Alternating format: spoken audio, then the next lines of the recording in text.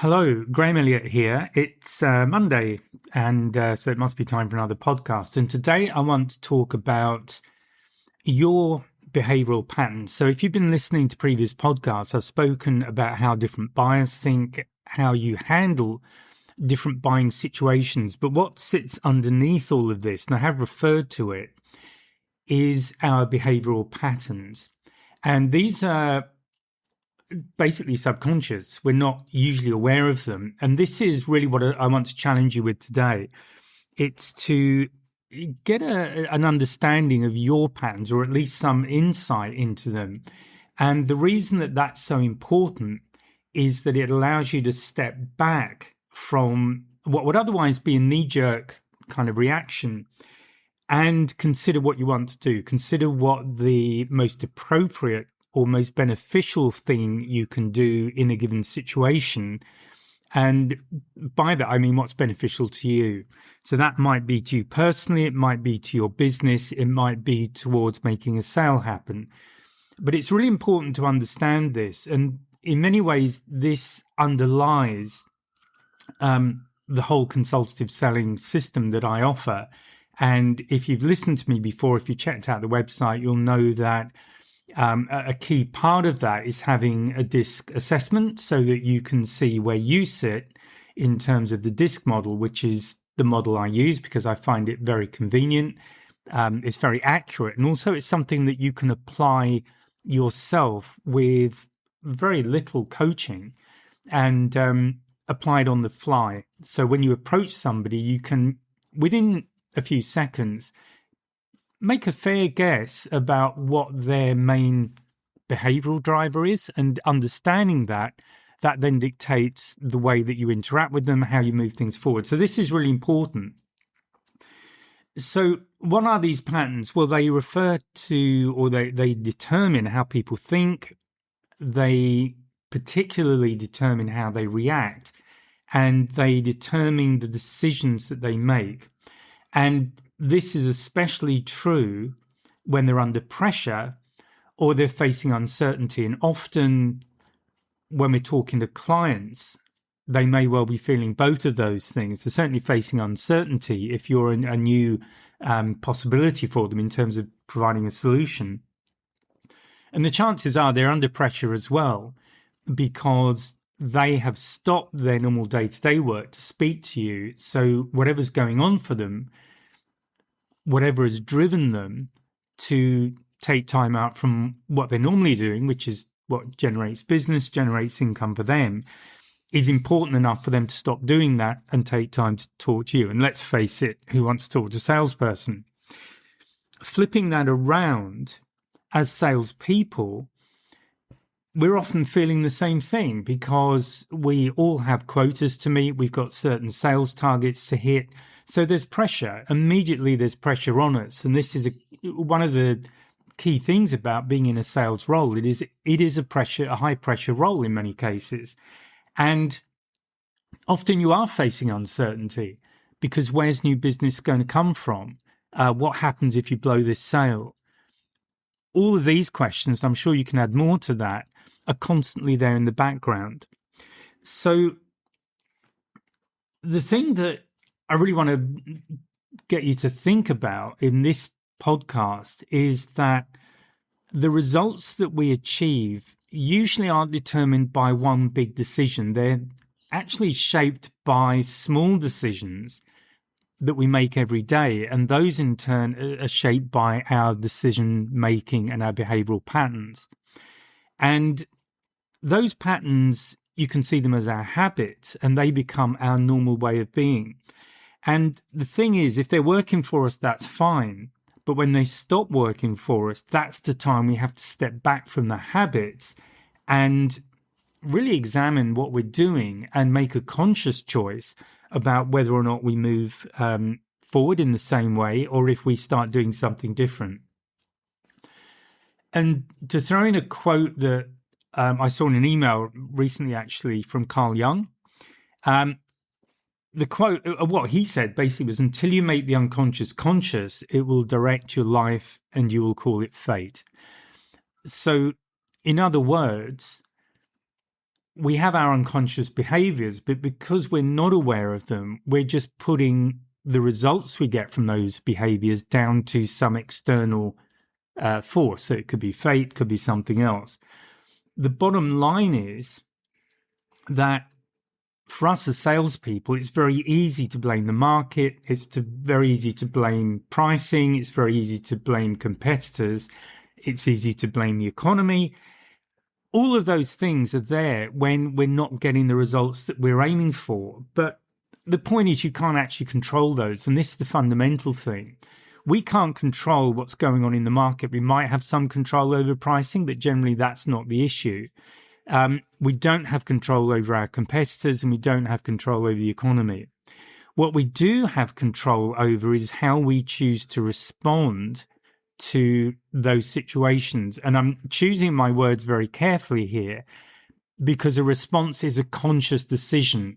It's a conscious decision to take certain steps. When we react, that is a subconscious pattern coming into play. And it's really, really important that we understand the difference. And if you are in a situation where you're not getting the results that you are looking for, that you want to get, then it's really important just to step back and start looking for your patterns. What are your patterns? What are your habits? What do you tend to do when you're under pressure? Now, again, if you get a DISC profile, it doesn't have to be with me, but with somebody else, that will give you some real insights into what your likely behavior patterns are.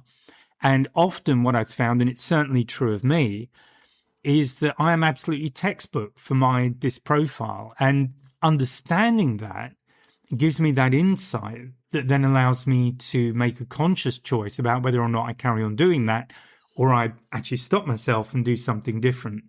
So the point about DISC is not to put you in a box, but it's to give you, it's basically show you a mirror. It's to hold a mirror up to you and to say, look, you appear to be this kind of a person.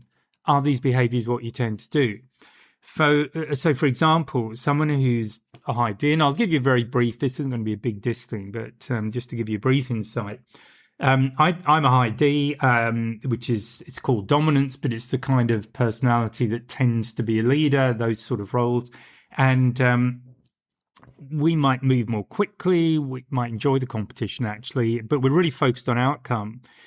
So those things are really important in sales, and that's why I want to share this. But also under pressure, we're likely to become very impatient, we're likely to rush conversations, we're likely to get angry, we're likely to stop listening to what the customer's saying to us. And obviously these are things that really don't serve us. So this is where understanding these aspects are really important. If you are a high I person, which is influencer, I should say, which is the kind of person who's very charismatic, you can't help but like them. And that is also a key part of my makeup. And the reason it's important in sales is you can kind of switch on the charm when you want to, even though left to your own devices, you probably couldn't be bothered with it. So that style of behaving with people is brilliant for building relationships. If you're the kind of person that people just naturally like, that's great for relationship building. It creates energy. You tend to, I people tend to be quite energetic. And so they're really fun people to be around. Yet on the other side of that, they tend to avoid difficult conversations. They'll tend to say yes if that's what they think you want to hear, and then when they actually mean no. They're not very good at at following up. They'll tend to struggle with that because they get easily distracted. So high influencer people tend to be pretty unreliable. They are very unreliable as clients simply because they get distracted by the next thing to come along. We refer to it as pretty shiny syndrome, but they're very easily distracted. Now, as a salesperson, obviously that is not something that is going to help you. And under pressure, again, you're likely to be looking for something new, something different, just to get you out of the tedium or the stress that you're feeling with whatever's going on. Now, I'm not going to go through the others because, as I've said, this is not a DISC discussion as such. But what I do want to really highlight is that whatever your behaviors are, none of them are particularly good or particularly bad. but they are either useful or not so useful in certain situations. So this isn't a question of which disc style in this case is the best one. It's simply understanding what the patterns are and then understanding that these patterns, these subconscious patterns, are likely to be driving your habits, your decision making, how you react to certain situations, which means you're not responding to them. So what can you do with all of this? Well, the bottom line is to just think about what happens in your own experience, your own sales process. So what happens immediately after a prospect says no to you? How do you react to that? Do you tend to become defensive? Do you lower your price too quickly? Do you avoid following up because you're worried about being perceived as pushy, or you're worried that you might get a no, or you might get asked something that you don't know the answer to? Or do you tell yourself stories like they're probably not interested before you've even made a phone call? So all of these things are patterns. They're not facts. They're just things that we're making up ourselves in order to justify a habit. And the thing to really take away from this is that if you do identify with any of the things I've said, or there are habits that you're thinking of right now, things that you do that do not serve you, the important thing to remember is these are simply patterns. They're not facts. Patterns can be changed. These are just behaviors, and the power of understanding and recognizing the behaviors we tend to have is that once we do recognize them, we can make a conscious choice about whether or not we continue to use those habits, or do we stop and choose to do something different? Do we choose to respond? So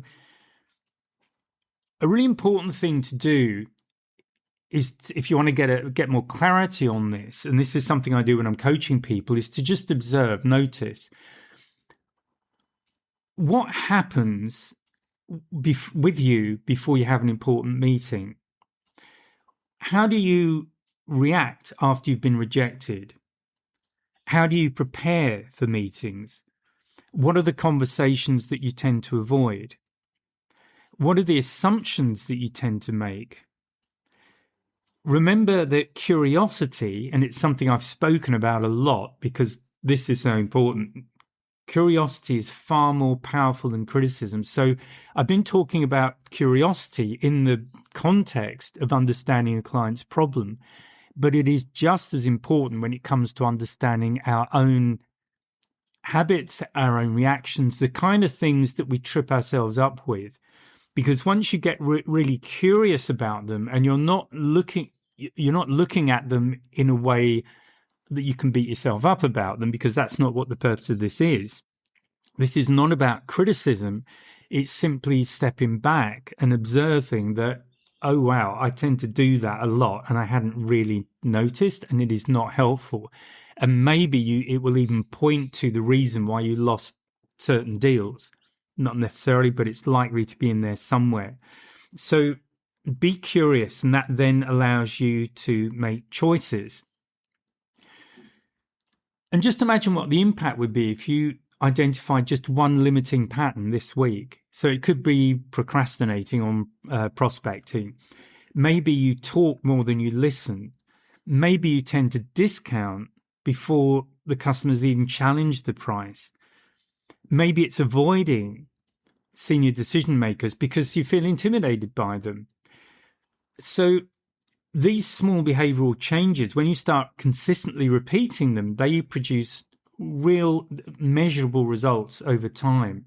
And the more that, and it comes down to habits, the more you repeat a behavior, if you like, that is positive, it becomes a positive habit. And this is really what I'm encouraging you to do. It's to sit back, observe, what are the behaviors that you tend to have? Do they work for you? Because if they do, obviously you don't want to change them. But if they're not working for you, then first of all, observe when they tend to happen. and then think about what you would rather do instead. What's the option? What's the alternative that will give you a positive outcome? And then when you next get into that situation, you're more prepared to deal with it. Just to just catch yourself. Don't react. Put a little bit of time in there. Pause for a couple of seconds and just observe what's going on. So that's pretty much it. I hope that's been useful to you. Thanks for listening. And look, stay curious. Observe what you're doing as much as what your client's doing. And just remember, it's not the occasional action that shapes success. It's all about the patterns that you repeat every day, and that those patterns can be changed. So that's it from me. Have a great week. I'll speak to you next week. Bye for now.